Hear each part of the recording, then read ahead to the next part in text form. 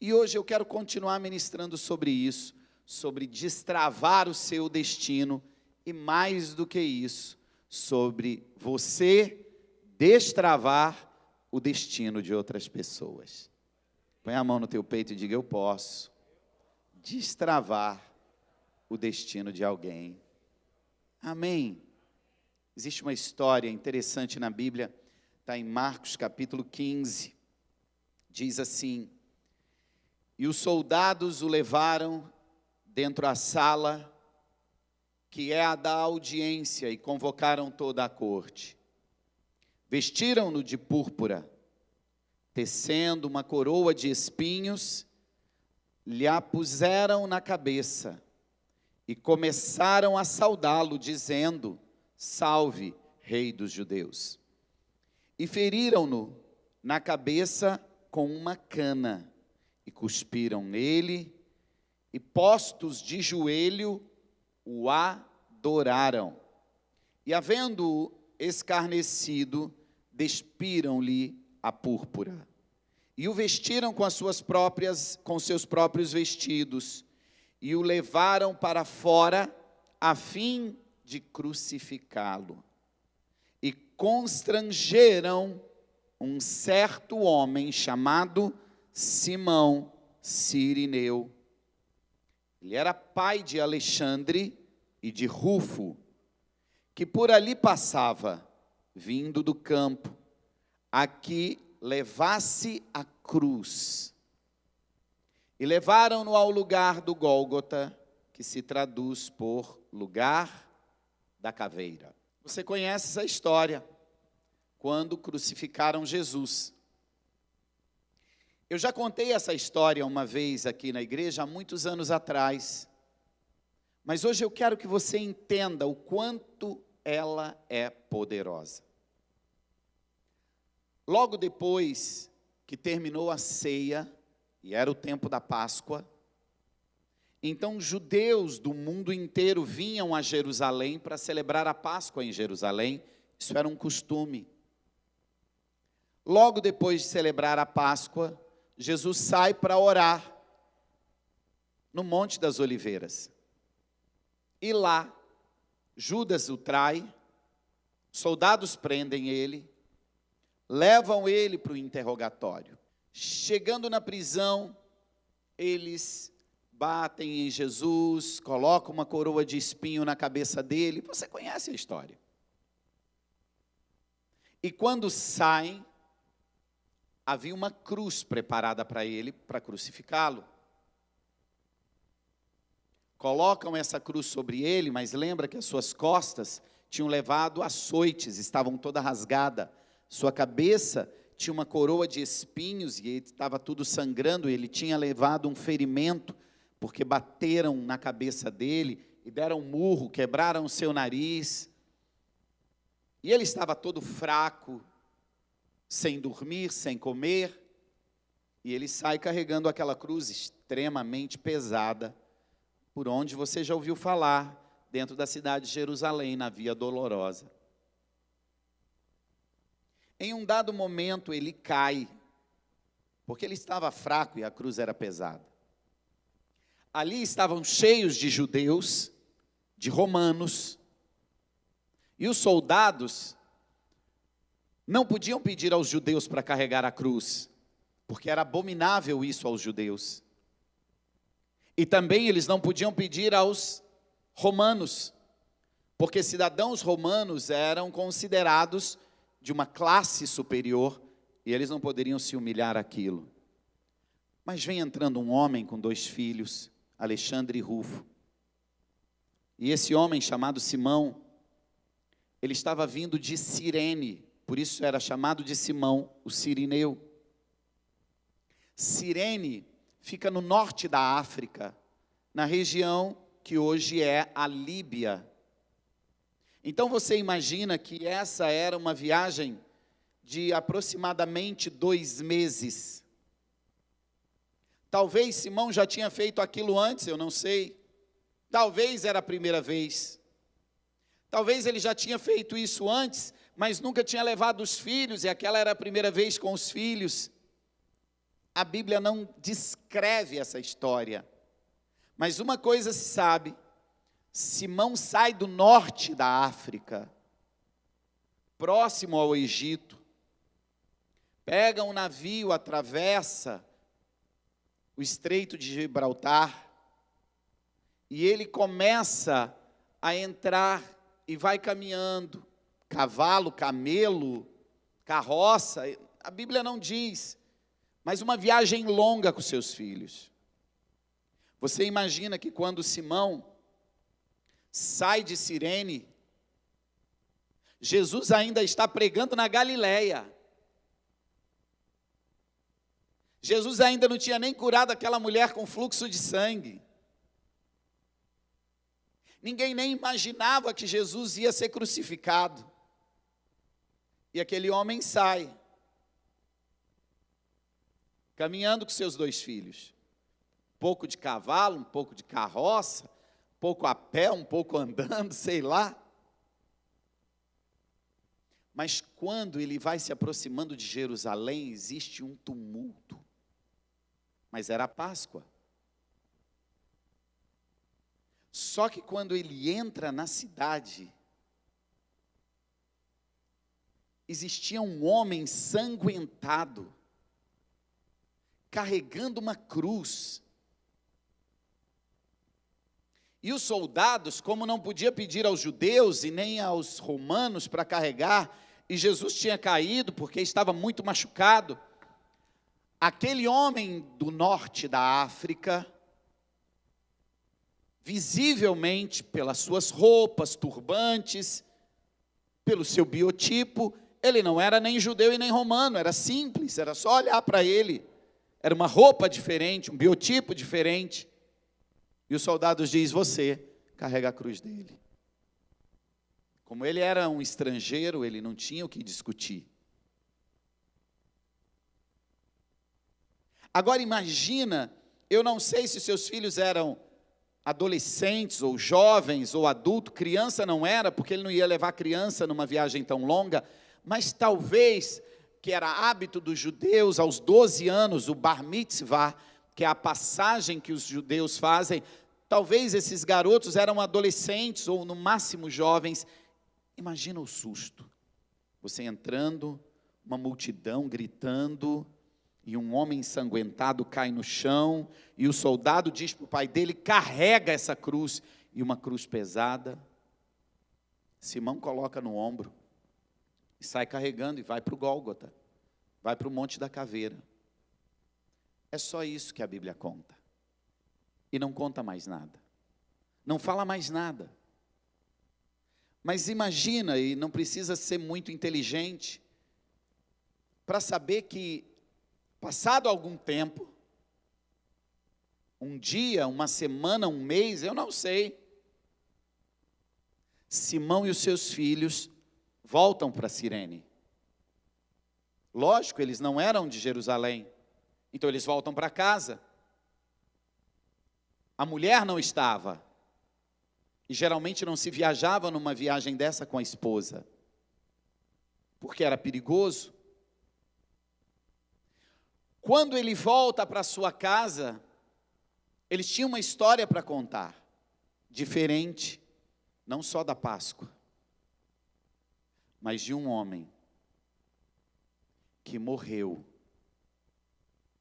e ressuscitou no 3º dia. O que acontece com Simão Cirineu e com seus filhos, Alexandre e Rufo? O que acontece com a sua esposa? A Bíblia não conta, mas preste atenção nisso. O sangue de Jesus foi derramado na cruz do Calvário, para apagar o meu pecado e o seu pecado. O sangue de Jesus foi derramado na cruz do Calvário, e se tornou o sangue da nova aliança. E aquele que tem o sangue, ele é salvo, suas vestes são limpas. Mas entenda, nenhum ser humano foi coberto pelo sangue de Jesus fisicamente, a não ser Simão o Cirineu. Porque quando ele colocou a cruz aqui, ela estava ensanguentada. Foi o único homem que teve o sangue de Jesus colocado sobre ele. O que aconteceu, eu não sei, a Bíblia não diz. Mas Simão tem uma grande experiência com Deus, carregando aquela cruz. Sabendo 3 dias depois que Jesus ressuscitou, entendendo que ele era o Messias, e Simão, de judeu, se converte e se torna um cristão. E ele conta para sua esposa, e os seus filhos se convertem. E eles decidem mudar do norte da África, de Cirene, decidem mudar da Líbia para Roma.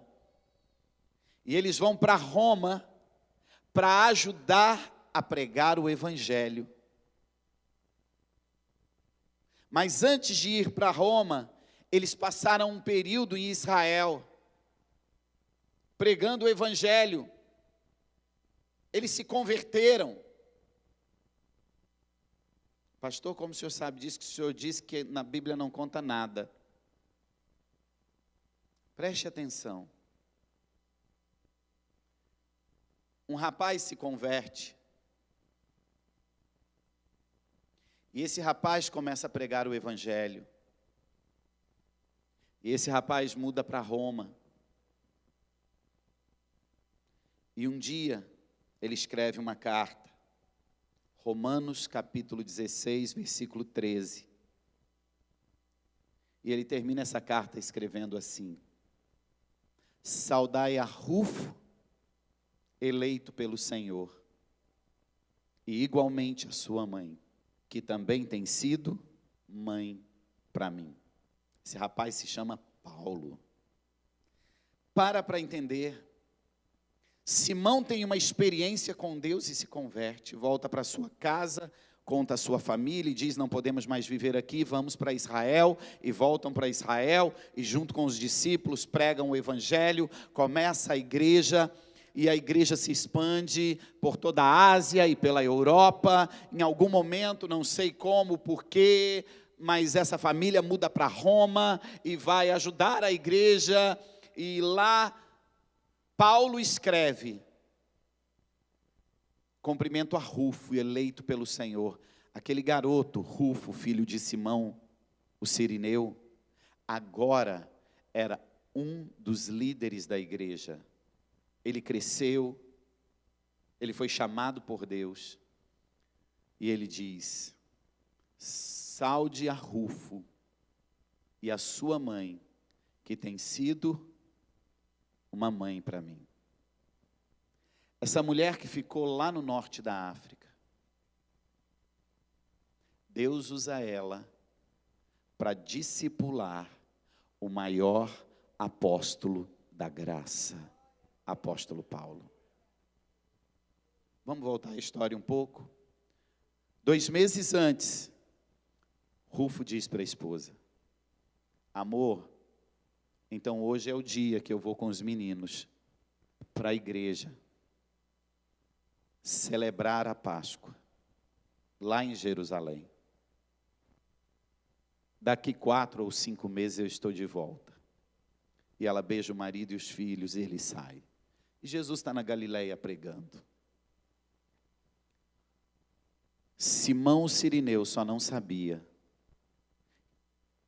Ele achou que ele estava caminhando rumo a Jerusalém, como todos os judeus fazem do mundo inteiro.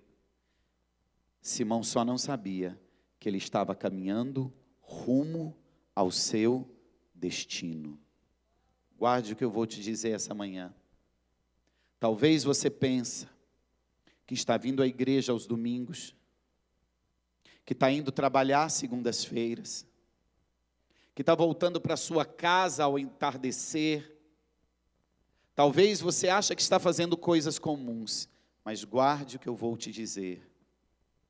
Deus tem um plano para cada ser humano sobre a face da terra. Você não está fazendo algo simples. Você está caminhando rumo ao seu destino. Simão não tinha ideia o que ia acontecer com ele. Ele achou que ele ia chegar em Jerusalém, apresentar os seus filhos, celebrar a Páscoa, comer cordeiro, pão sem fermento, e voltar para casa, adorar a Deus e voltar para casa. Não, ele não estava fazendo algo simples, ele estava caminhando rumo ao seu destino. Põe a mão no teu peito e diga: o meu destino já foi destravado por Jesus, e eu posso destravar o destino de outras pessoas. Rufo só não sabia que o seu destino ia destravar o destino do maior apóstolo de Jesus, chamado Paulo. 2 meses antes, Deus já havia preparado quem ia carregar aquela cruz. Muito antes de Jesus ter necessidade de que alguém o ajudasse. E aqui vem a primeira lição. Deus já preparou toda provisão para o seu futuro, até as quais a necessidade ainda nem existe ainda. O dia que surgir a necessidade no futuro, Deus já criou antes a provisão para aquela necessidade. Aquele destino de Simão muda o destino da sua esposa e dos seus filhos, que destrava o destino de um apóstolo, Paulo. Não pense você que você está fazendo algo comum, que você está fazendo algo simples. O lugar aonde você trabalha, uma palavra sua para alguém que trabalha com você, pode destravar o destino, não só dele, mas de toda uma família. No meio da sua família, as pessoas podem te achar uma pessoa boa porque é cristão, ou podem te achar uma pessoa muito chata porque é cristão, ou uma pessoa muito estranha porque não bebe, não faz tantas outras coisas que a sua família faz. Mas lembre-se que uma atitude sua, carregar uma cruz, ou derramar o sangue sobre o seu ombro, uma palavra sua, uma história que você vai contar, pode destravar o destino de toda a sua família. Alguém está entendendo o que eu estou pregando? Alguém está entendendo isso? Guarde o que eu vou te dizer. Você não sabe quem Deus preparou para cruzar o seu caminho no seu futuro. Mas você pode ser a chave que vai mudar a história daquela pessoa, a história daquela família, a história daquele povo. Talvez o fato de você trazer uma criança de um dos seus vizinhos à igreja, por 1 mês, por 1 ano, por 2 anos, aquela criança pode ser usada para salvar toda aquela família. Aquela criança pode ser o próximo presidente do nosso país e ser usado por Deus para mudar a história dessa nação. Você não sabe o poder que você tem quando o Espírito Santo habita em você.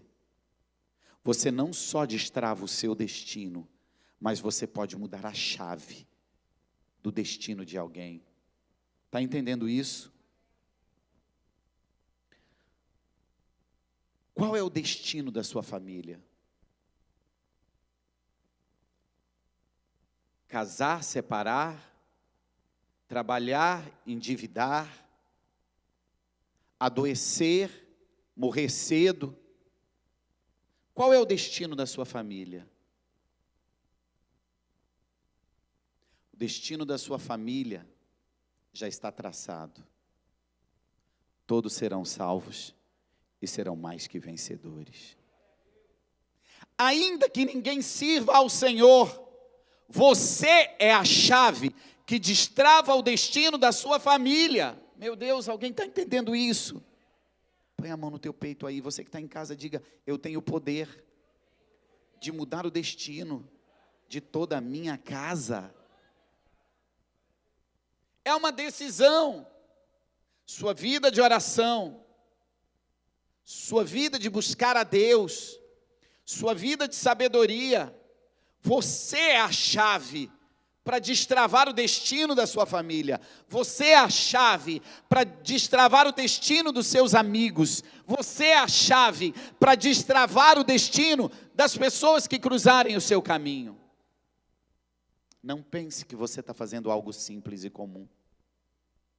Não pense que você está fazendo algo sem relevância. Aonde você está, você é a chave para mudar a história de alguém, para mudar a história de uma pessoa, de uma família, para mudar a história de um povo, de uma cidade, para mudar a história de uma nação. Ouça o que eu vou te dizer. Você tem a capacidade de transformar o destino de uma pessoa que tinha tudo para ser um fracasso, que tinha tudo para ser alguém que morreria destruído, mas você pode levar aquela pessoa e aquela família ao sucesso. O poder da pregação do Evangelho, o poder das boas novas, o poder do nome de Jesus muda o destino de qualquer pessoa na face da terra. Mateus, capítulo 6, versículo 33. Buscai em primeiro lugar o quê? O reino, as coisas do reino. Buscar ao Senhor, buscar os princípios dEle, buscar a vida dEle, buscar a vontade dEle. Olha a oração de Jesus. Que o teu reino venha, que a tua vontade seja feita. Qual é a nossa função nessa terra? Buscar o reino, buscar as coisas do reino, buscar a vontade do reino, buscar os princípios do reino, buscar e estabelecer o reino de Deus nessa terra, na minha casa, na minha igreja, na minha escola, no meu trabalho. Essa é a nossa função. Aí vem uma promessa. Tudo que você sonha e deseja, sua saúde, seus filhos, seu casamento, seu dinheiro, seu trabalho, tudo que você deseja, Ele te acrescentará. Sabe, a gente lê e ouve isso, mas a gente às vezes não pratica. Por favor, diga isso em alto e bom som. A minha vida é a chave para destravar o destino de alguém. E eu vou fazer isso. Meu Deus, alguém está entendendo isso?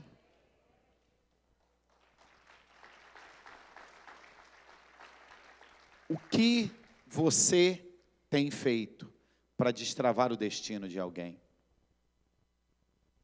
O que você tem feito para destravar o destino de alguém? Ontem tivemos aqui na igreja um encontro de crianças. Meu Deus, construíram uma floresta aqui, uma decoração e tudo muito. Você entrava aqui nesse ambiente, sons de pássaros e tudo muito preparado, uma equipe gigante trabalhando. Passaram o dia ministrando cura, libertação, batismo com o Espírito Santo, visão de servir a Deus para um bando de criança. Ninguém perdeu tempo ontem. Investiram para destravar o destino daquelas crianças. Elas vão crescer E não importa como estará o mundo ou o que vai acontecer na casa delas, elas serão homens e mulheres que vão mudar a próxima geração. Ontem, tinha várias pessoas da igreja anônimos, que você não conhece, destravando o futuro de crianças que daqui 20, 30 anos serão grandes homens e mulheres de Deus, profetas, empresários, homens e mulheres que governarão essa nação. O que você tem feito para destravar o destino de alguém? Você tem falado de Jesus aonde você trabalha? Você tem carregado o sangue de Jesus no seu ombro e mostrado a essas pessoas? Eu imagino Simão chegando em casa e ele contando e os filhos contando e aquela empolgação. E a mulher disse, me conta melhor, me conta melhor. E ele abriu a mala e pegou aquela roupa toda suja de sangue. Aqui o sangue dele. Eu carreguei a cruz. Ela até rasgou um pouco aqui, olha, o ombro da minha roupa. Qual foi a última vez que você mostrou a marca do sangue de Jesus que está sobre você para alguém que está do seu lado? Qual foi a última vez que você mostrou a marca do sangue para alguém que trabalha com você, para alguém que mora com você, para alguém que é teu vizinho? Qual foi a última vez que você mostrou Jesus para alguém que cruzou o seu caminho? Qual foi a última vez que você foi a chave para destravar o destino de alguém? Mas dia 31 de outubro, há mais de 500 anos atrás, dia 31 de outubro de 1517, um padre, lendo a Bíblia, se depara com o apóstolo Paulo, ensinando sobre a graça. E quando ele chega no livro de Tiago, a carta, e ele vai ler que a salvação é pela graça, que ninguém compra a salvação, aquele padre começa a escrever teses condenando a prática da venda da salvação. E ele escreve baseado nas cartas de Paulo. E quando ele termina, ele tinha escrito 95 teses. E dia 31 de outubro, que se comemora hoje, ele pega as 95 teses e vai à porta da igreja e prega na porta da igreja. E aquele padre se chamava Martim Lutero. E aquele dia foi estabelecido como o aniversário do protestantismo. E foi dali, com Martim Lutero, que começou uma revolução na igreja de Roma.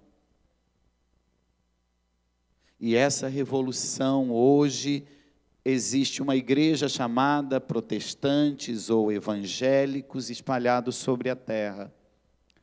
E lá numa cidade, nos confins da terra, chamado Balneário Camboriú, tem um grupo de protestantes que foram transformados, que tiveram seu destino destravado, porque Lutero leu as cartas de Paulo, que foi discipulado pela esposa de Simão, o Cirineu, que carregou a cruz de Cristo.